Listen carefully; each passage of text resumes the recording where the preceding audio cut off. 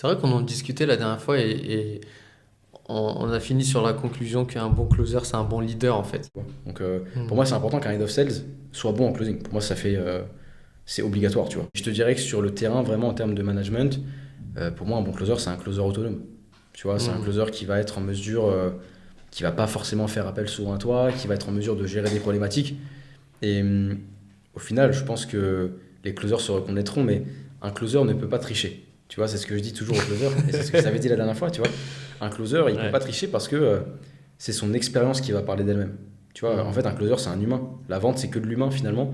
Et si toi, en tant que closer, t'as pas eu une expérience de vie très alimentée ou t'as pas Effectivement. vécu beaucoup de choses, bah compliqué de comprendre des prospects qui ont peut-être plus de vécu que toi, compliqué de comprendre des prospects qui ont des problématiques que toi t'as jamais rencontrées, tu vois. Hmm. Alors qu'un closer, moi je le vois bien, tous les closers qui performent bien, c'est des closers en général qui ont eu du vécu, qui ont eu des expériences dans la vie, qui ont voyagé, qui ont été dos au mur, qui se sont donné les moyens de réussir, Hmm. tu vois. C'est vrai qu'on en discutait la dernière fois et on a fini sur la conclusion qu'un bon closer, c'est un bon leader en fait. C'est le leadership.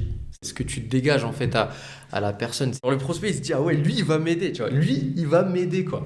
De fou. Alors, le prospect, il ressent pas cette énergie en toi, qu'il ressent que tu es en train de lui faire une vente ou quoi, ça ne va pas le faire en fait.